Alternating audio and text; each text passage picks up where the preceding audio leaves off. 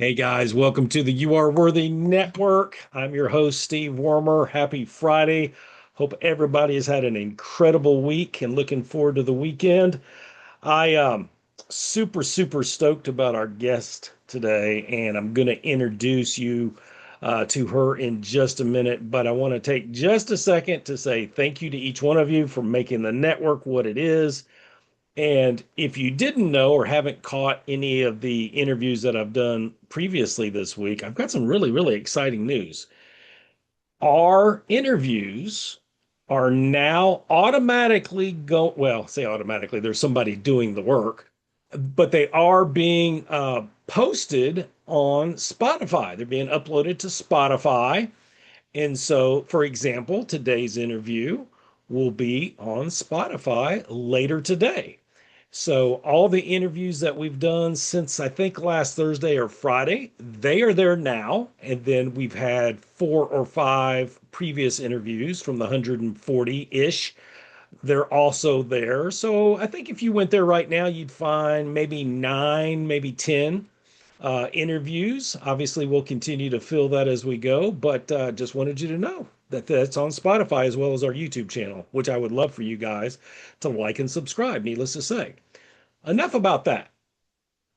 We on the You Are Worthy Network, we'd like to remind you that you're worthy of love, respect, and success. Wherever you're at on your journey, whether you're on top of the mountain, which if you are, share that with us. We need some of that mountaintop experience. Whether you're like, it was another week, or whether you're in a difficult season, we just want you to be encouraged that that season won't last forever. It's just a chapter in your story, and there are better chapters coming for sure. Some of the best days are still in front of you, and we appreciate you. So please hear that from me loud and clear. Okay, let me tell you about our incredible guest. Dr. Liz DeBetta wrote her first poem at 14. Alone and confused, shy and scared, hoping for tomorrows that will never come, with no idea what she was actually writing about. It would be more than 2 decades before she understood that poem as the first articulation of an unresolved trauma she hadn't yet named. As a domestic adoptee with no access to her own origin story, closed records, and a culture that demanded silence and gratitude in equal measure, she didn't think she had a story to tell. Telling it anyway, once she finally understood what the story even was, changed everything. That reckoning in 2015 led to a PhD, a Brill published book, an award-winning solo show, and eventually to stepping away from institutional structures to become her own institution.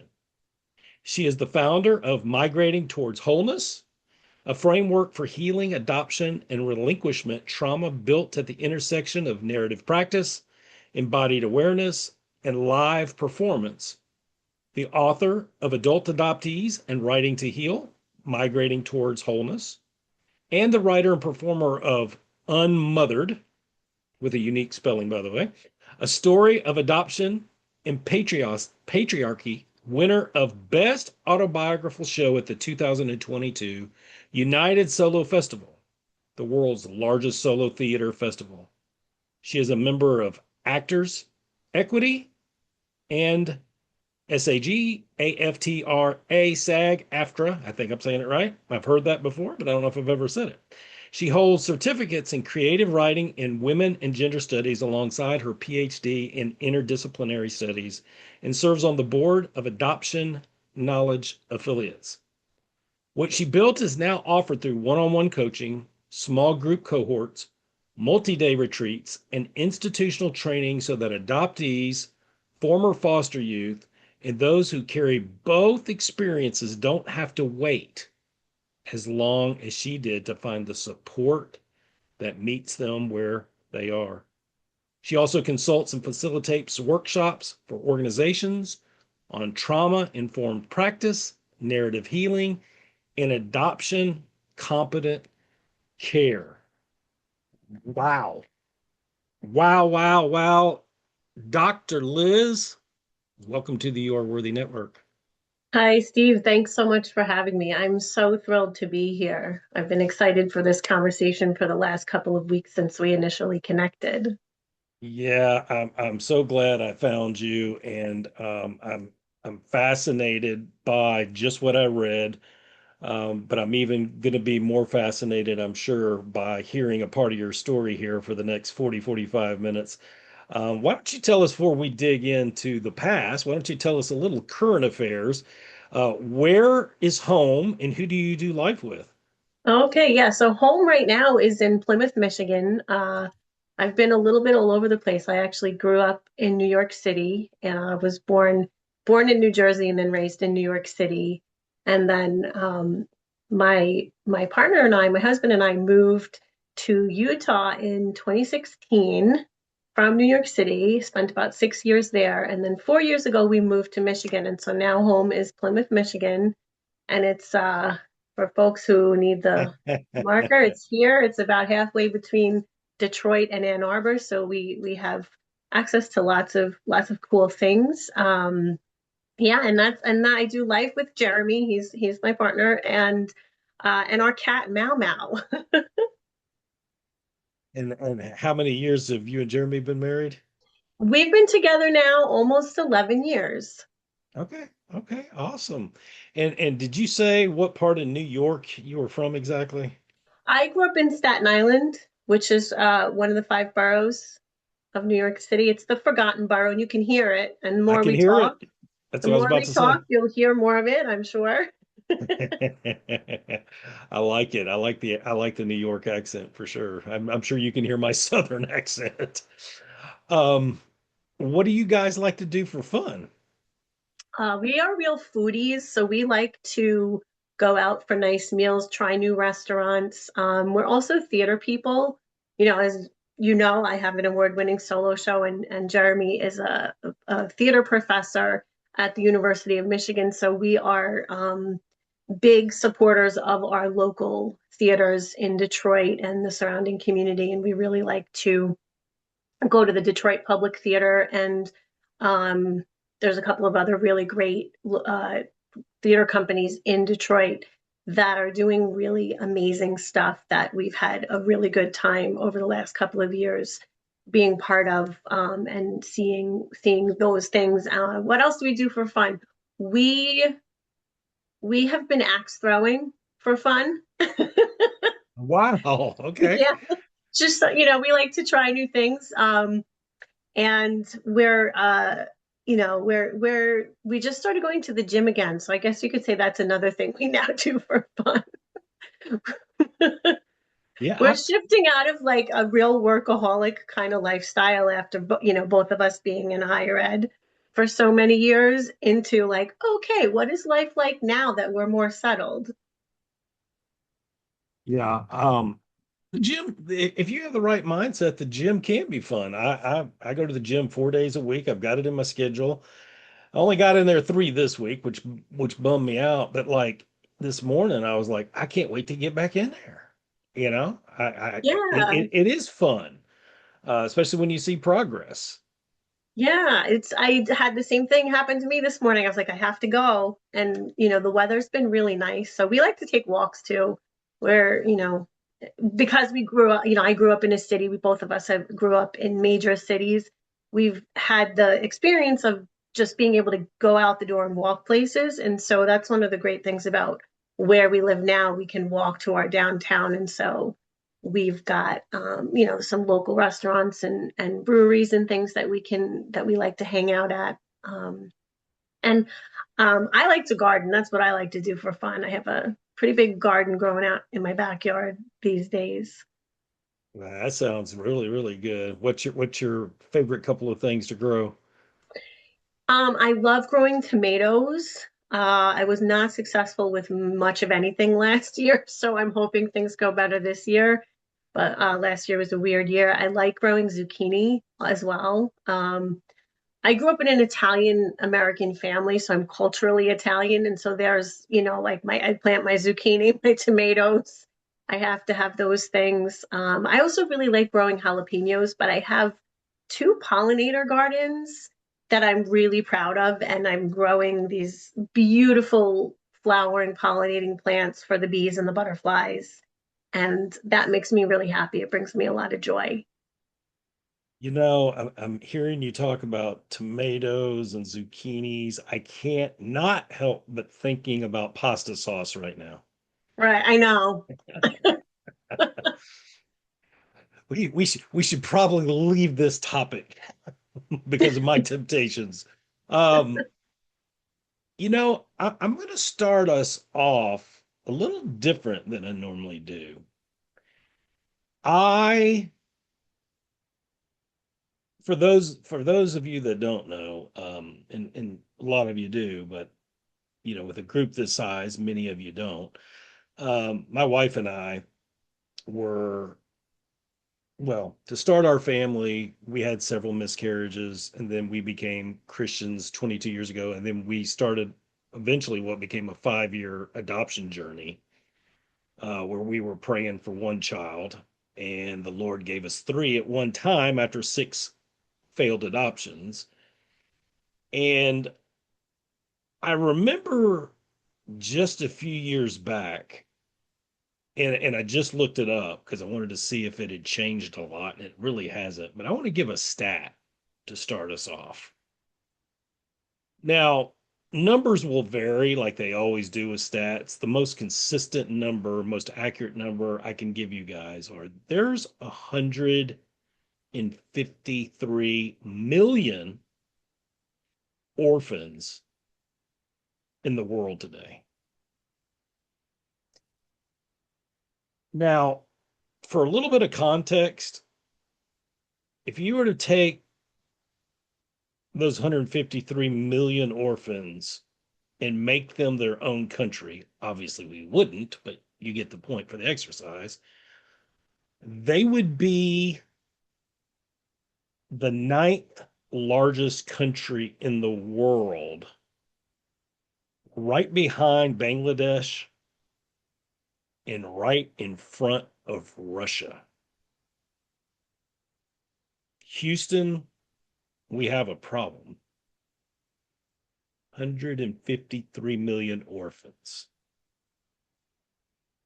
Liz, what do you think about when I say that number? I think, I think it's always hard to hear really big numbers like that for those of us who are living, in our particular circles of the world where we're not always paying attention to those things. And I think there's a humanitarian crisis when I hear a number like that. I realize that, there's lots of missing context for like what the cause of the orphanhood might be, but we do have a global crisis. There are wars happening across the globe. There are many children that are then, probably, left without parents because parents have been killed because of armed conflict that's happening across the world. And it's a staggering number to think about how large of a country that would make up, and to think that there are this many vulnerable young people out in the world, potentially, and what I do know about um, orphan care, there's not always the best care in those circumstances, and so it's sad. Yeah, it is, and we won't dig too deep into, like you said, what constitutes the official term for an orphan, but I think at a 30,000 foot view, we would agree that it's an epidemic that has been going on for a long, long time. And I don't claim to have all the answers. I think certainly the church could do a better job. The big C could do a better job in this area. My wife and I, when we were in central Illinois for a few years, we were actually looking for support for us because we had three adopted kids, and the older two did come from the foster care system. Although just one foster family that we knew in the church, but still, um, and the support for parents, which is a whole nother topic that we won't go probably too deep in today, but it's lacking. But my point in that is we looked high and low for support and couldn't find it, but we finally found it maybe a couple of years into our staying in central Illinois, a little teeny church of about 90 people, about 45 minutes away. They had a couple of ladies that had fostered a lot of kids. They had their own kids, and they had created a little bit of curriculum on teaching once a month. But even more important than the curriculum was they had developed a network and an environment for those families to come once a month. And yeah, there was training and content, but more it was, somebody to hear you out and what you're going through and why somebody else watched your kids for a couple hours. Um, so support in all the communities is so needed.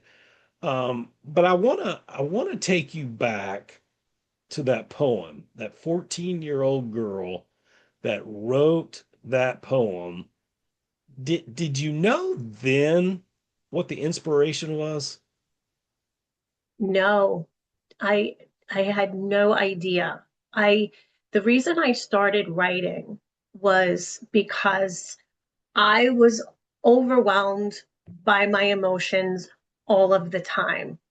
I cried a lot, and it often came, without a lot of warning. I was just tremendously sad so much of the time. And I had a really insightful teacher and coach, George Anthony, who I am still connected to, who saw what I was going through.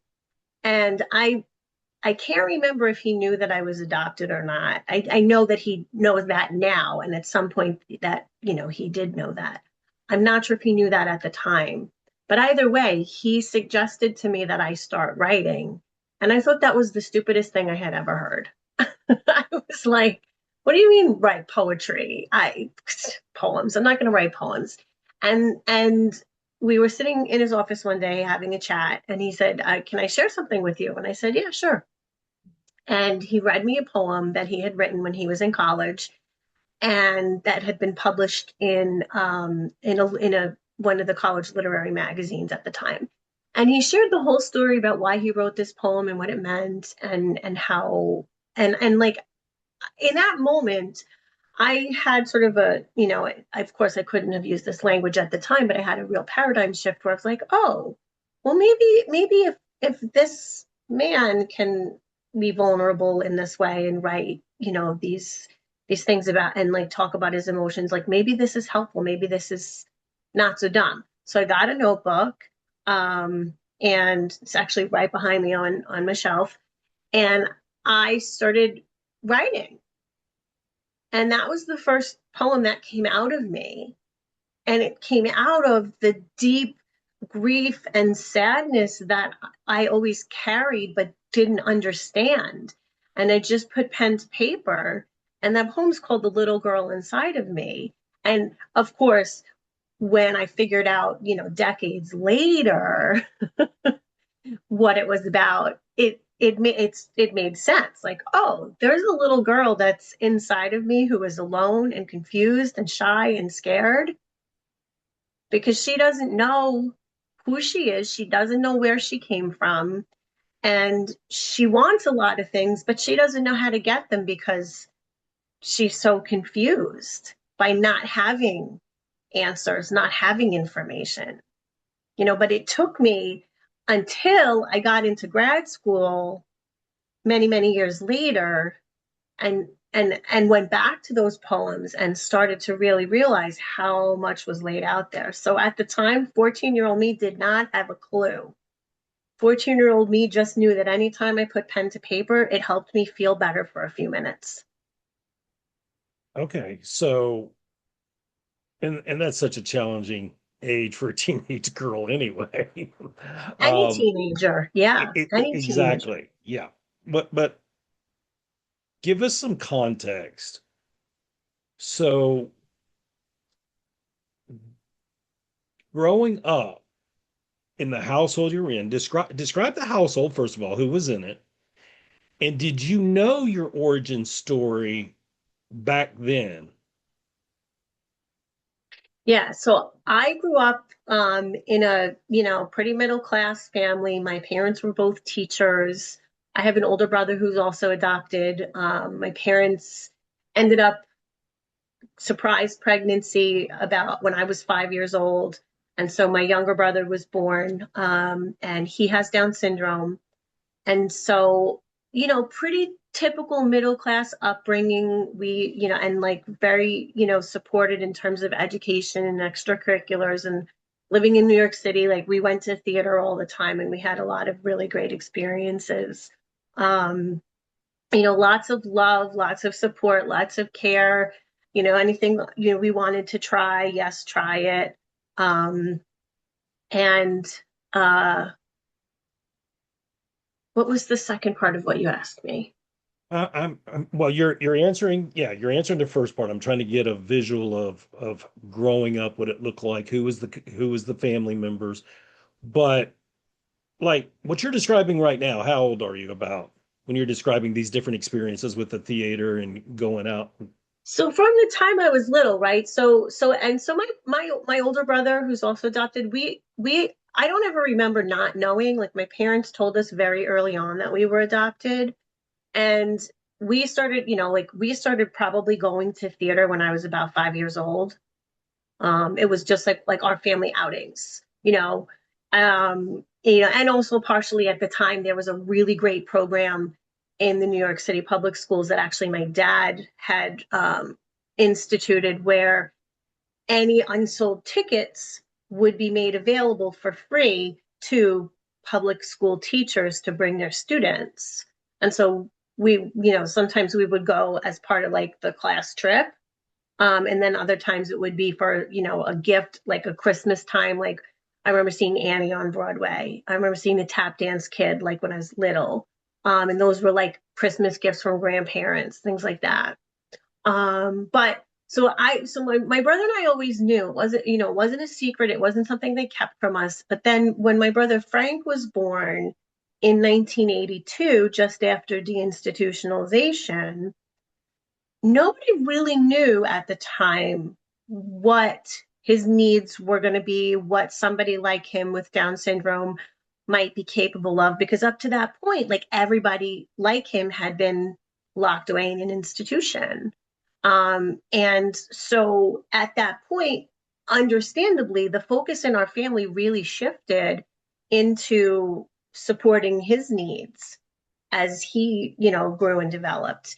And my parents, to your point, Steve, you found, now, in recent years that there's a lack of support for parents, right? We're talking now, 50 years ago when my parents adopted my brother and I, Wow. and there was no information available about any of the lifelong trauma that we were going to experience, any of the significant mental health issues that were going to show up as we grew and developed. And so they didn't know what they didn't know, right? Like nobody handed them like a list of like, here, you should read these books and you should go to this support group, which was like completely different from when my brother was born. Because when Frank was born, there were books and there was a support group, right? And so they were getting support for that, but we weren't getting support. And so that's where some of the, I would say, the disconnect happened early on, because even though we had a stable and loving home and we had access to education and experiences, we didn't have the support around the internal issues that were going on. It's so fascinating and multi-dimensional. Um, like you said, you had a happy household. You did great things. You were cared for. You were provided for, and yet you still had this deep, these are my words, not necessarily yours. You had this deep, unprocessed emotion that was hard to articulate. Yeah. And now I am interested, did your parents know your biological parents? How did that all take place? Right. So that's the other thing that you asked about too, was my origin story. Hmm. And yeah, no, because and this still happens currently in many states. Adoption records were closed and sealed at the time in the 1970s. And that is all very strategic on the part of the adoption industry. And it's, initially that's a practice that started because of, it was supposed to protect children from the stigma of being illegitimate or being bastards. But it was actually, something instituted by an adoptive parent who was the mayor of New York at the time when those laws came into be, who was really protecting, adoptive parents from having to deal with first families or biological families or birth families, and that got adopted, across, from state to state. And so there's this history of closed records, and so my parents only knew whatever the social worker told them, and which wasn't very much information. And that was sort of, like, I'll say, that was sort of my origin story, or another term for it in adoption speak is entrance narrative, right? And that's the story that I was told about my beginnings, which was that my parents, my biological parents, were very young. They weren't married. They decided that if they were going to raise children, they wanted to be married. They weren't sure that's where their relationship was going, and and that they wanted me to go to a Catholic family. That's about the extent of what I knew growing up. So you were in the foster care system for a brief time, I take it. Yeah, I spent almost 9 months in interim foster care. I was born prematurely, so that was partly that's why, because I had a lot of health issues that had to be monitored and hopefully resolved. And so I spent the first nine, I was born in February. I did not go home with my adoptive parents until November, and so there's Yep. this whole big chunk of time where I was with another family. I'm not sure who I was with. I'm not sure what level of care. Although I had a conversation with my parents just a couple of weeks ago, and they shared with me that they said, "Oh, we met the foster mother one time." I'm like, "Really? You just telling me this now? Like all these years?" And like, you know, that you didn't think that was maybe important information. They remembered that she might have been Irish. They seem to remember that she had an Irish accent, which is interesting. But like, there's not a lot of information about that time in my life, right? And of course, for anybody that knows about infant development, we know that the months spent in utero plus the first 9 months outside of utero, the first 9 months of an infant's life, are the most influential and important developmentally. And so, having those multiple disruptions early on, like, there's no wonder I was not okay. Well, yeah, it's I can already see us doing a second show at some point. Um let me I definitely want to get to the work you're doing now and why it's Yeah. so important. But before we get there, in a story like yours, context is so important. Did you ever want to meet your biological parents, and did you? Yeah. So my whole life, I always wanted to know who my mother was. I was always much more curious about her than I was about my biological father. And I, for most of my life, she existed, on the periphery, kind of like a nameless, faceless shadow, if you will, that was there, and I thought about her and I wondered what she looked like and where she lived and all these things. And I actually met her in 2017. Um, I had was this was just a couple of years into my massive healing journey, which is part of what led me to the work that I now do now. But I had started to get involved in some online groups related to adoption, and I started to connect with people and have conversations, and I learned at the beginning of 2017 that New Jersey had changed some of the laws to allow for restricted access to birth records to adult adoptees. So that meant that I could, fill out the application and petition the state and get a copy of my original birth certificate, and maybe find out who my biological parents were if they hadn't redacted their information. And so, also just at that same time, my husband had given me a DNA kit for that Christmas. And so like that first week of January, right, I sent it off in the mail. I spit in the tube, I sent it off. And then I found out about that I could get a copy of my birth certificate. So I filled out the paperwork, and they sent it back to me like 3 times. It took 3 tries because of, bureaucracy, and they don't make it easy, and this is missing or that's missing, right? And so finally sent it off, and then I just waited, and on my 40th birthday in the mail I got the copy of my original birth certificate, and that's when I found out who my first mom was. Wow. And you met her. Yeah, and then I met her that summer. I met her in July of 2017. Tell us tell us the Cliff Notes version of after meeting with her, were your expectations met?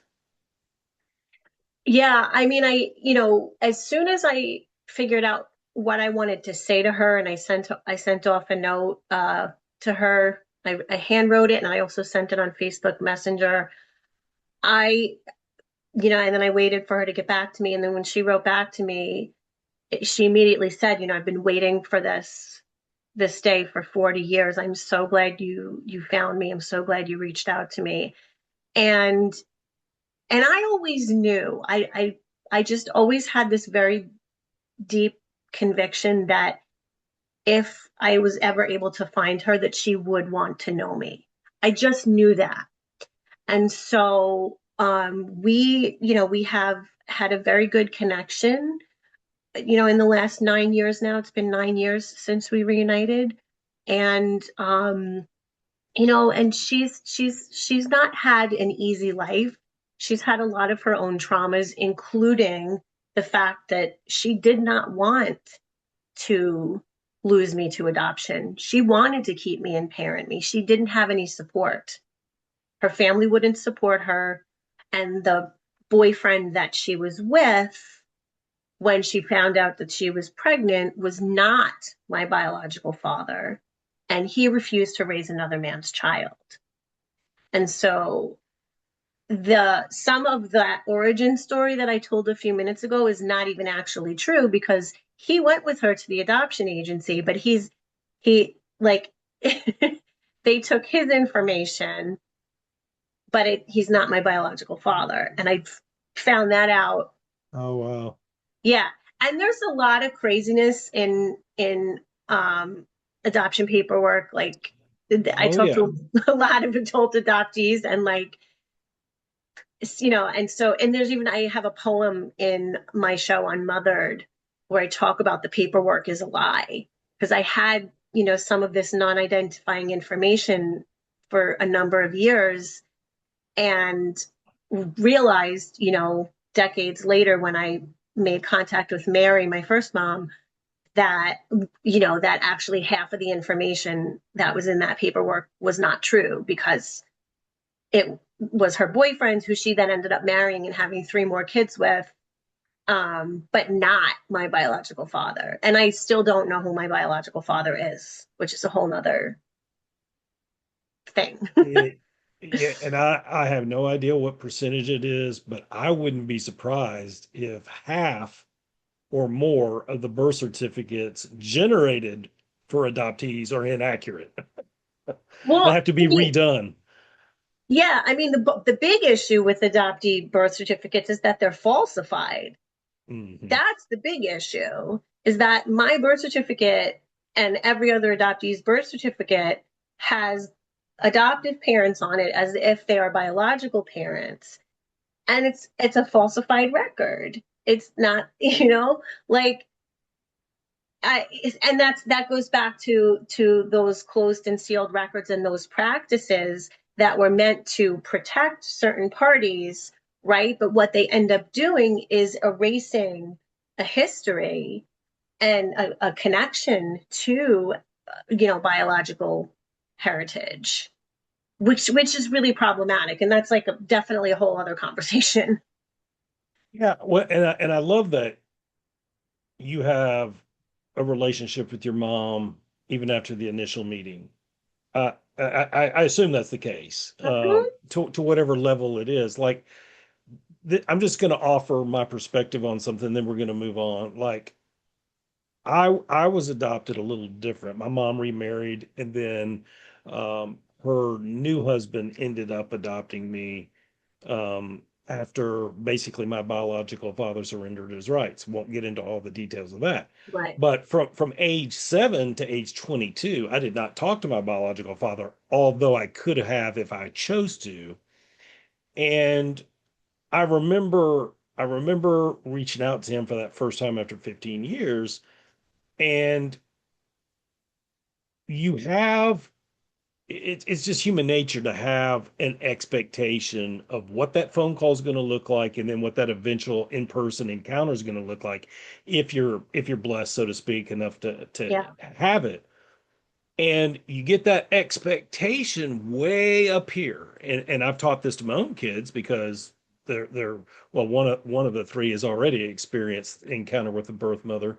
um but like, I always taught them, go in as level-headed and as not having high expectations as possible. It protects your heart. It doesn't mean it won't go well, it might. But like with my father, we ended up, to be honest with you, it was more of a friend relationship. I'm in my Hmm. 20s, he's in his 50s, we're talking sports, current events. I mean, didn't really go too deep on a heart to heart level, but I was okay with that because Yeah. I had nothing for Hmm. years. And so you go in wanting this, and you're starting off here. If you end up somewhere in the middle, you know what, you had a victory in gratitude. And I had 4 years of that with him. I ended up seeing him twice, and he got sick and passed away. Not everybody gets that, and it's special. Whatever depth of a relationship you have with your mom, it's special that you got reunited. Yeah, I would agree 100%. And you're right. Not, I'm really fortunate in my experience of reconnecting with her and having the relationship that I do have.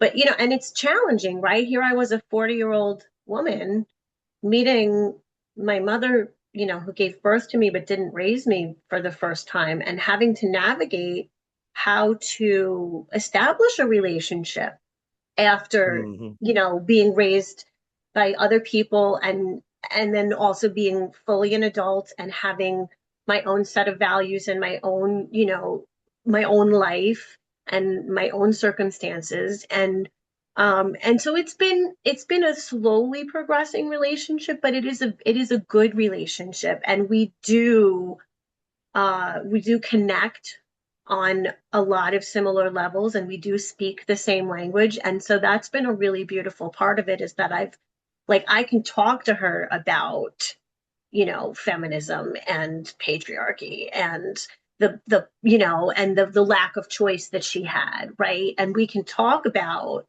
how to, what our experiences have been. And like there's also some real parallels between the way that some of her life circumstances turned out and some of my own choices earlier on. And so there's something interesting there which was related to epigenetics, which I won't get into at this point. But so yeah, but I agree with you. Like, it's those of us who get to have those relationships are very fortunate, because not I know a lot of adoptees that don't have that same experience, that either find a grave or they get secondarily rejected, which is that the person has so much guilt and shame that they just can't even hold space for this person standing in front of them, and they don't want anything to do with it. And that is like devastating.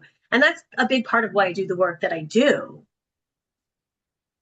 Yeah, and all folks are wired different. Like my daughter, from the day she came into our home, even though the records were sealed, she was, I'm gonna find her. I'm gonna find her. And she's out on her own now, and she found her. And her full-blooded sibling, 2 years younger, at this stage is totally content.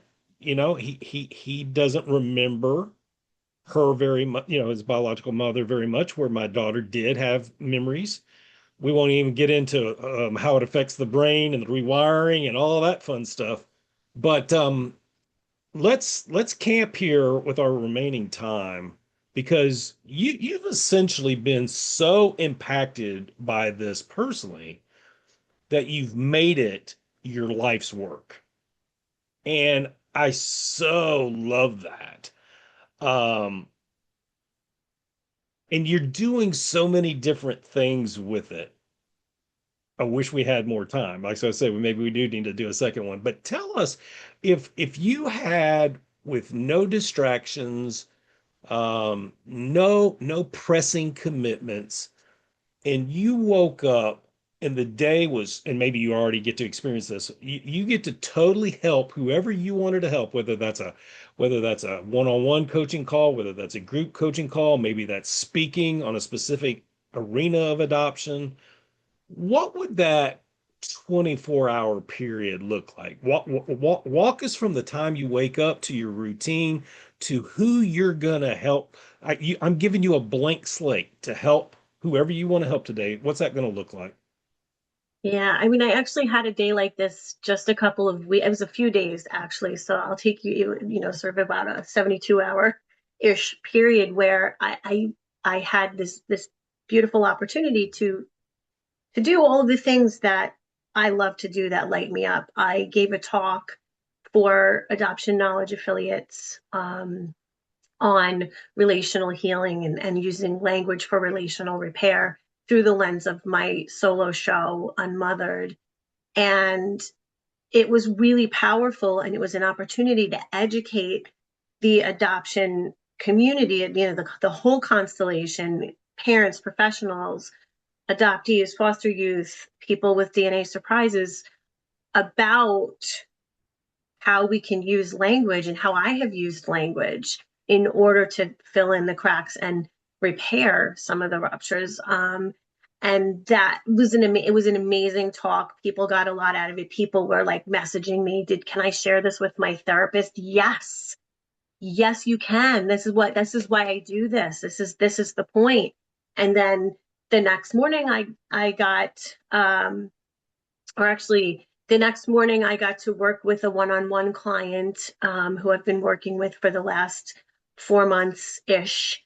And that's always a beautiful time to get grounded in a really deep relationship, because when I work with folks one-on-one, we get to know each other really, really well, and we laugh together and we cry together, and we had a really good laugh during that session. And then I went from that into an in-person retreat weekend where I spent 3 days co-facilitating a retreat with my dear friend Julie Brumley, who is a somatic healing coach and also an adoptee. And we had this little dream that we were going to put our our expertise together in order to create an in-person experience for adoptees that would be grounded in the film version of my show, somatic practice and somatic awareness and somatic, practice that she teaches, and then a writing and healing workshop to integrate everything that came up over the weekend. And I can only describe those few days as sacred and connected and life changing, and not just for me and for Julie as the facilitators, but also for each of the adoptees who showed up, some of whom had never been in a room with other adoptees before, some of whom had never started to really delve into why they feel the way they feel, but have gotten to a point in their adult lives where they're like, I something needs to shift. I need to do something differently. And so that's, like when I get to do all of those things, that's a good day, that's a good week, that's a good life. And so I want to do more of that. Let's camp there for a second. What you just described specifically, was that a workshop or was that the actual retreat? The last You were thing, you were describing adoptees that had never been in the room with other adoptees before. Is that in a workshop or is that at one of your retreats?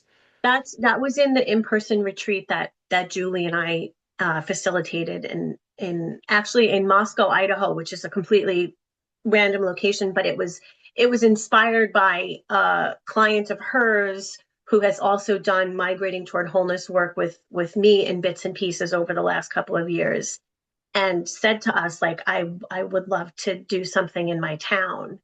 And it started with he wanted to do a film screening when my show became available as a film. And then I said, well, if we're going to invite people to come to screen the film, we might as well make it a whole weekend and give them an experience. And so from there it grew into this beautiful retreat. And the last day, I think, was probably my favorite because Mike hosted us on his property and he's got this beautiful park. um, and we did the writing workshop like in the woods, in nature, really grounding, really beautiful.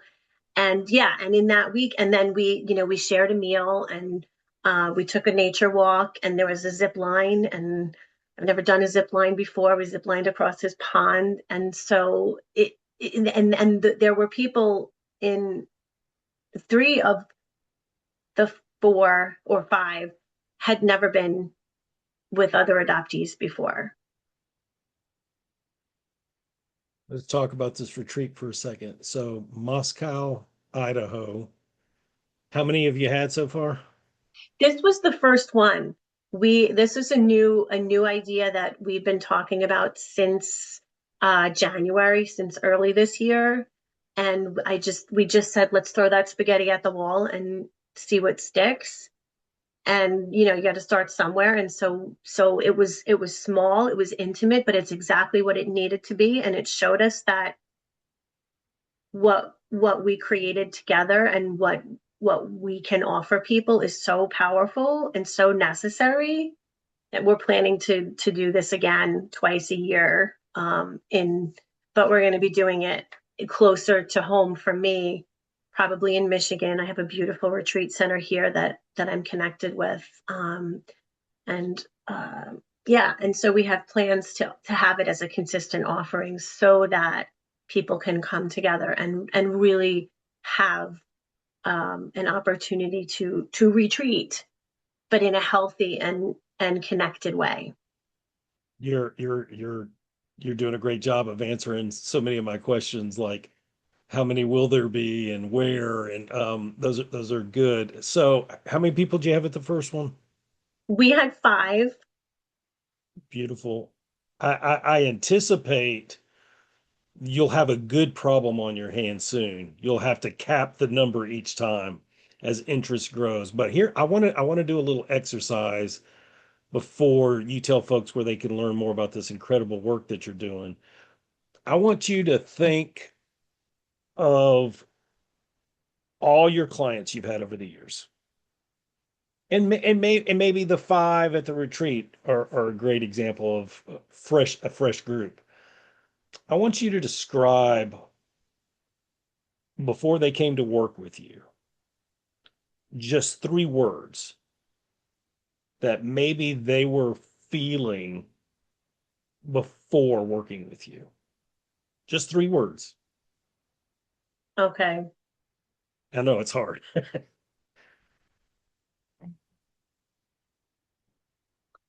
Um,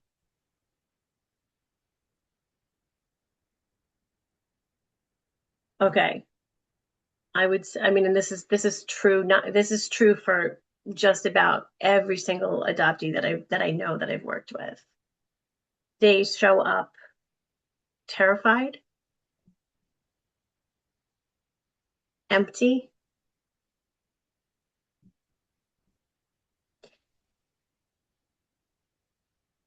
and the third word I would say is afraid. Oh, that's close to being terrified. That's kind of on the same. Um, Yeah, yeah. I I mean, I'm gonna swap that out for unworthy. Actually. I was trying so hard to not say it. Let it be yours because I felt it might Yeah, come into play. because afraid And and I, terrified are the same thing. and I'll we're going to use those three. Okay, we're going to use terrified, emptied, and unworthy. Yeah. There was another word that came to my mind, but this is my word: mistrusting. Oh, for sure. Right. We only have three, so we're going Yeah. with terrified, empty, and unworthy. Now, I know this takes time, and I know each person is different. But on the other side of working with you, progress has been made. My opinion, the Lord has been powerfully at work in their hearts because He cares for the adoptees, He cares for all His children. But on the other side of working with you, what three words do they now experience? They have joy, they feel connected, and they feel worthy. I want you, Liz, to take this in for a second. And I want anybody listening to this the next few weeks, months, whenever, if you're an adoptee, if you're looking for a connection, if you're looking for a community, if you're looking for a coach, listen to the power of this. Folks that are adoptees that were looking for help came to Liz terrified and moved from terrified to joy. They came to her empty, but on the other side, moved from empty to connected. And they came to her unworthy and left feeling worthy. That is so powerful. And that is so transformational. And that, I am assuming, is why you do the work you do. Mm-hmm. 100%. 100%. I can even share that just this the other on Monday night, I do a free drop-in circle also to give people an opportunity to, interact with me in the work in a low pressure, low stakes way. And I always ask folks, how are you arriving tonight? And on Monday night, people arrived feeling overwhelmed, feeling grief, feeling stuck, feeling disconnected. And I asked them at the end, what are we leaving with? And they left with calm, feeling connected, feeling like they could take up space, feeling like they were seen. And like if that shift happens just in an hour, imagine what happens over the course of, the several months of one-on-one work that I offer people, or the um, the monthly small groups and the monthly retreats that are ongoing, right? That people consistently engage in. And I've got people that have been with me for for 2 years, more than 2 years now, that just keep, Wow. um, because it has changed their lives. Tell folks where they can find you, learn about the incredible work you're doing, and even when the next retreat might be. Yeah, so this is easy. People can find me on my website, lizdebetta.com. It's my name. And also social media, Dr. Liz DeBetta is what I use, so you can find me real easily. If people just Google me, they will get all the things. Just Google Liz DeBetta or Google migrating toward wholeness, and you'll get all the things. But lizdebetta.com is the way that people can connect with me, in addition to my socials. And the next virtual retreat, where I'm going to take a little bit of a break in July, and then the fall retreats, I do monthly retreats that are day long, really beautiful virtual experiences. And it's a 5-part series. We start in late August and we'll go through December. I have a small group coaching cohort, which is limited to 6 adoptees, that will be starting also late August. And one-on-one coaching is always open for folks, for adults, teens, and also families. I've been in conversation with some families lately about having some support around how to get their younger, their preteens and early teens, support, and get the family some support. So to your point, right? So one-on-one is always available. And my show Unmothered is available as a film. You can rent it anytime on my website. And that is also available as an educational engaged learning experience. And so if you have an organization that is interested in learning about adoption, and starting to do some thinking and developing some connection and communication around it, I use the film version of the show as a catalyst for educating people about adoption. And then there's, of course, customized workshops that can be attached to that, depending on the needs of the organization. And so those are lots of things, that are always available.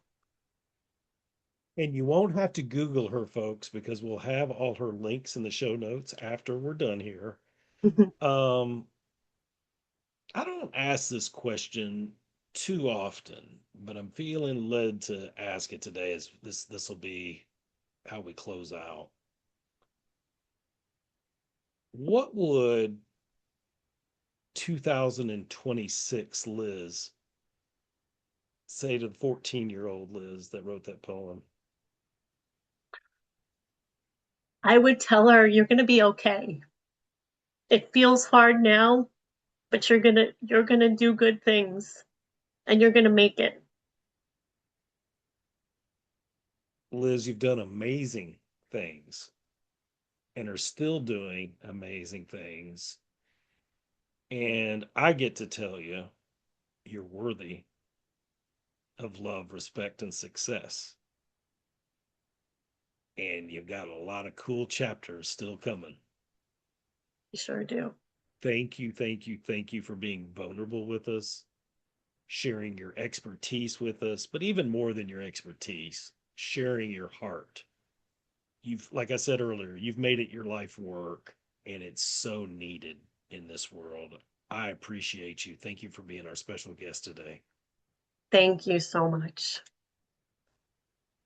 Guys, I'll just close it out and tell you I'm grateful for each one of you. You got an amazing story to tell, whether you've been adopted or not.